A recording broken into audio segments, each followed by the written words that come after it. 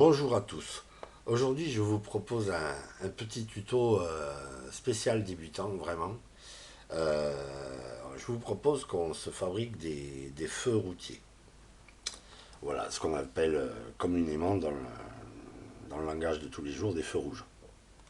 Voilà. Donc, mine de rien, pour faire ça, ce serait pas mal de poser le problème bien à plat, parce qu'on va voir que c'est pas si simple que ça. Parce qu'à un moment donné, alors je vous ai fait des petits dessins pour qu'on va voir toutes les phases, ça va nous permettre d'organiser un petit peu tout ça. Nous, on va dire qu'on va circuler, on a un carrefour, on va circuler sur la voie verticale ici. Excusez-moi, j'ai la grippe, hein, c'est vraiment très dur. Donc, on circule sur la voie verticale. Là, pour le moment, on voit qu'on a le vert, et ça dure un certain temps, assez longtemps quand même, hein. Ensuite, on va avoir le orange, mais les autres ont toujours le rouge. Donc on voit que chez nous, le feu a changé d'aspect, mais pour les autres, ça n'a pas changé. Donc on va voir qu'il y a des timings comme ça qui vont un petit peu se superposer. Ensuite, on va avoir le rouge, et les autres aussi vont avoir le rouge pendant un court instant, mais ça c'est une sécurité supplémentaire, à un moment donné, tout le monde est au rouge. Et puis enfin, les autres vont avoir le vert, ça va durer un certain temps, hein, ça sera le temps le plus long, hein. Ensuite, ils vont avoir le jaune, le orange, et puis enfin, ils auront le rouge, et nous aussi, on aura encore le rouge pendant un petit instant, avant d'avoir à nouveau le vert. Ok. Donc, maintenant que c'est à peu près posé, là, on voit en tout cas la séquence qu'il faut réaliser. Là, nous, on a le vert, ils ont le rouge. On a l'orange, ils ont le rouge. On a le rouge, ils ont toujours le rouge. Ils ont le vert, on a le rouge. Ils ont le orange, on a le rouge. Ils ont le rouge, on a encore le rouge. Et à nouveau, on a le vert. Ok. Donc, on va voir un petit peu comment on peut faire ça. Alors là, j'ai simulé le truc, mais d'abord, je vais vous montrer au niveau du programme. Comment déclarer, comment écrire ça au mieux. Alors déjà, pour la déclaration des pins, il va nous falloir donc 6 LED au minimum, hein, parce que bon là, on va le simuler juste avec deux feux, hein, on pourrait très bien en mettre 4, il suffit de doubler les feux, quoi, hein, ça c'est pas un problème. On va donc le faire avec 6 LED et 6 pins de l'Arduino. Donc là, j'ai choisi les pins de la 2 jusqu'à la 7. Et j'ai déclaré ça en constante. Ici, j'ai écrit const, C-O-N-S-T. Pourquoi? Parce que, par exemple, la LED rouge du feu numéro 1 va toujours être câblée sur la pin numéro 2. Ça ne va pas bouger pendant le programme. Donc, c'est absolument pas une variable, hein. À un moment donné, là, la LED rouge ne va pas être câblée. Le programme va pas essayer d'aller la câbler sur la pin numéro 9, par exemple. Non, non, ça va rester à la pin numéro 2. Donc, c'est une constante. Et pourquoi byte plutôt qu'integer là? Alors, integer, c'est quoi? Integer, ça veut dire un entier. Mais un entier, c'est codé dans l'Arduino, c'est codé sur 16 bits. 16 bits, c'est vraiment énorme. Pour juste coder des pins d'Arduino, 16 bits, on peut coder 30 de mémoire, hein, jusqu'à de moins 32 768 de mémoire, je vous le fais là, jusqu'à plus 32 767. Je crois que je ne me trompe pas, voilà, c'est ça. Donc vous voyez que ça serait un peu démesuré. En fait, ça marcherait très bien, mais c'est démesuré. Le jour où on va avoir un code un petit peu compliqué et très très gros à rentrer au chausse-pied dans l'Arduino, si on commence à réserver des octets et des octets pour finalement rien mettre dedans, c'est dommage.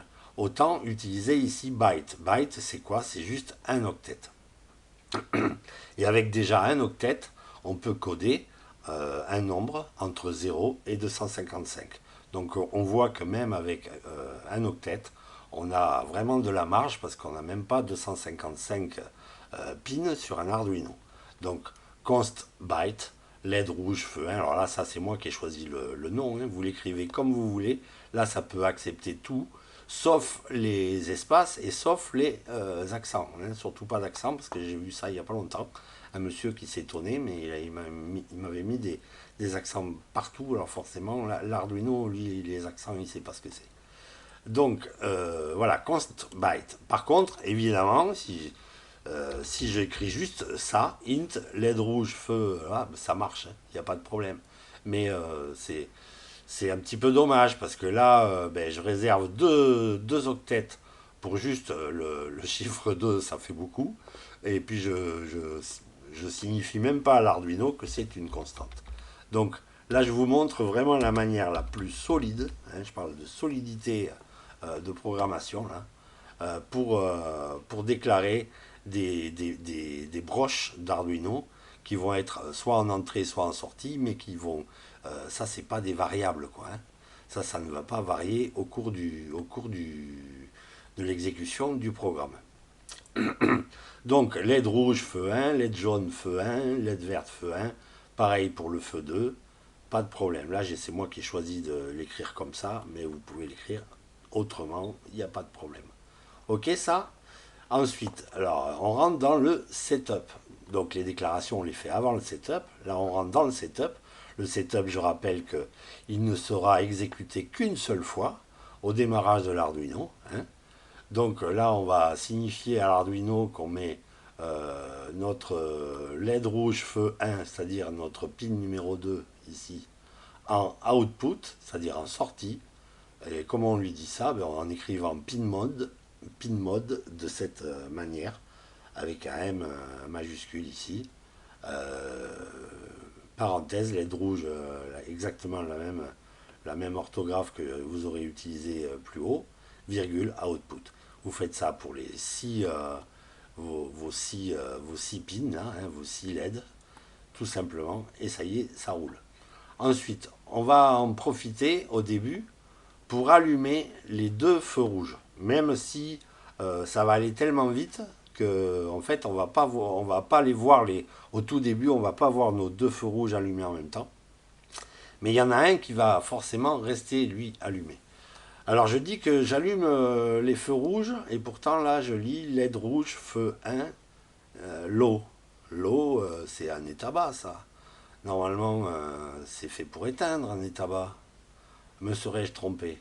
Non, non, non, je me suis pas trompé. Non, non, un état bas, c'est pas fait que pour éteindre.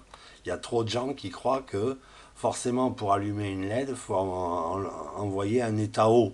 Oui, c'est faisable d'envoyer un état haut pour allumer une LED, mais c'est tout aussi faisable d'allumer une LED avec un état bas. Il suffit de lui fournir le plus à demeure. Au lieu de lui fournir le moins à demeure, on va lui fournir le plus à demeure. Et là, ben, quand on va lui fournir sur sa cathode donc un état bas, eh ben, elle va s'allumer, tout simplement. Alors pourquoi je fais comme ça? C'est pas du tout pour faire l'original ou pour vous embêter. C'est que tout simplement, c'est technologie à base de microcontrôleurs, à base de circuits logiques, à base de circuits comme ça, là. Hein. Eh ben, cette technologie-là est beaucoup plus à l'aise à nous envoyer à commuter du moins que commuter du plus. Et c'est pour ça que vous allez trouver aujourd'hui beaucoup de signaux avec le commun positif. Les signaux, ils devraient toujours être en commun positif. Voilà. Petite chose. C'est pour ça que je me suis amusé à faire comme ça. D'ailleurs, je le dis là, hein, on va allumer les feux rouges par un état bas car on va câbler les LED au commun positif. Si, si, je mets. Si, si. Voilà. Et donc, on allume nos deux rouges, donc par un état bas. Donc, ça veut dire qu'un état haut, ben, ça éteint. Forcément, si un état bas, on arrive à allumer, ben, un état haut, ça va éteindre. Donc, on éteint tout et on allume nos feux rouges. Ça, on va essayer de le garder en mémoire. Donc, ensuite, on va rentrer ici dans le loop. Le loop, c'est le bout du programme qui va se boucler tout le temps, tout le temps, tout le temps, tout le temps, tout le temps. Voilà. Donc on va commencer par allumer notre... pardon, éteindre notre LED rouge du feu 1. Et oui, on venait de l'allumer là. Donc là ici, on l'éteint. Par contre, nous, ça, on va dire que c'est notre feu, hein, celui de la verticale du dessin de tout à l'heure. Par contre, on va s'allumer la LED verte avec un état bas, donc pas de problème.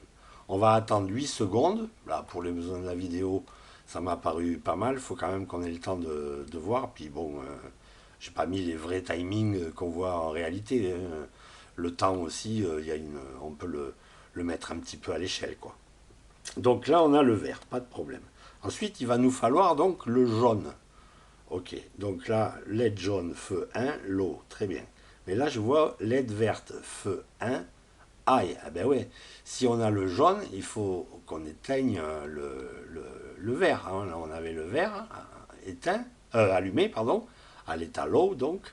Là, maintenant, il faut qu'on l'éteigne. Donc, on l'éteint avec un état haut, ce coup-ci. Très bien. Ensuite, donc on a le jaune, ça dure 3 secondes là, très bien. Ensuite, on va éteindre notre LED jaune, très bien, donc on l'éteint avec un état haut, va falloir s'y faire. Et on va allumer LED rouge feu 1, c'est-à-dire qu'on va avoir le rouge. LED rouge feu 1, ça c'est pour nous, ok. Un delay de 2 secondes. Alors rappelez-vous que pour le moment, on n'a pas touché à LED rouge feu 2 qu'on avait allumé ici. Donc elle est toujours allumée. Tout va bien. Très bien. Ensuite, on a LED rouge feu 2. Et bien là, on va pouvoir l'éteindre maintenant. Pas de problème. Et on va allumer la LED verte du feu 2. Très bien. On attend 8 secondes. Ensuite, il faut leur allumer la LED jaune, pas de problème. Donc il faut leur éteindre la LED verte, no problème. Ensuite, ça dure 3 secondes. La LED jaune du feu 2, on l'éteint. Et ensuite, la LED rouge du feu 2, on l'allume. Et on revient ici. Et ça se boucle tout le temps, tout le temps, tout le temps. Voilà tout simplement l'explication du code. Là, vraiment, c'est très très simple. Alors voilà encore un code très utile, très pratique, fait avec une base de... C'est une base de clignotant, hein, tout simplement, hein. Voilà, c'est pour ça que le clignotant, bossez-le, parce que c'est c'est vraiment un truc hyper utile. Alors, on va regarder quand même la simulation. Donc là, le code, ben, c'est exactement le même, hein, voilà. J'ai pas fait de trucs différents. Donc on va voir que ici, quand je vais démarrer, cette LED rouge va rester allumée. Là, on va pas avoir le temps de la voir s'allumer, elle, que tout de suite le vert va prendre le relais, vous allez voir. Voilà, à peine on l'a vu. Là, donc on a du vert et ici, l'autre côté, on a du rouge. Là, on va avoir bientôt du jaune, enfin orange. Voilà, 3 secondes. Puis on a du rouge, tout le monde a du rouge. Et puis les autres ont le vert. 8 secondes, alors on pourrait changer les timings. Puis ils ont de l'orange 3 secondes. Puis tout le monde a du rouge pendant 2 secondes. Et puis nous, à nouveau, on a le vert. Voilà. Tout simplement, les amis. Voilà comment on peut faire des feux routiers. Voilà, voilà.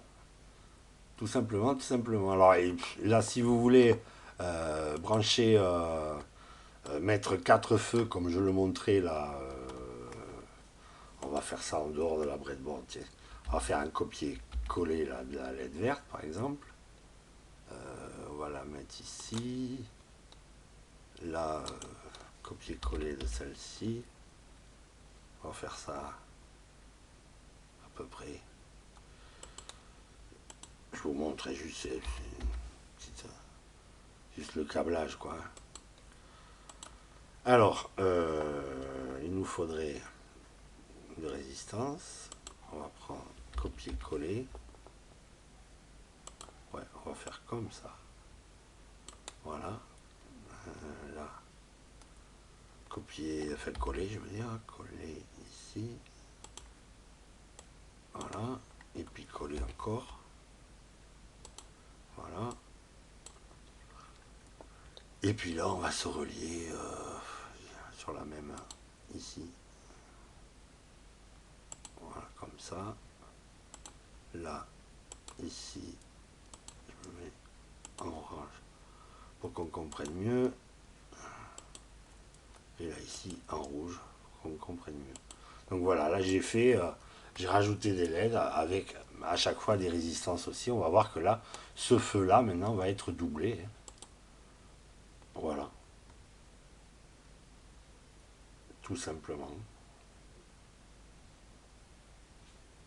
Voilà, tout fonctionne.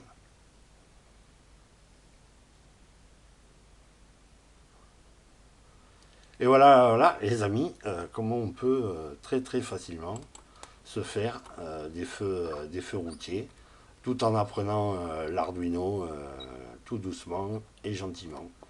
Il n'y a pas de problème. Et voilà, voilà, je vous dis à très bientôt. Ciao, ciao.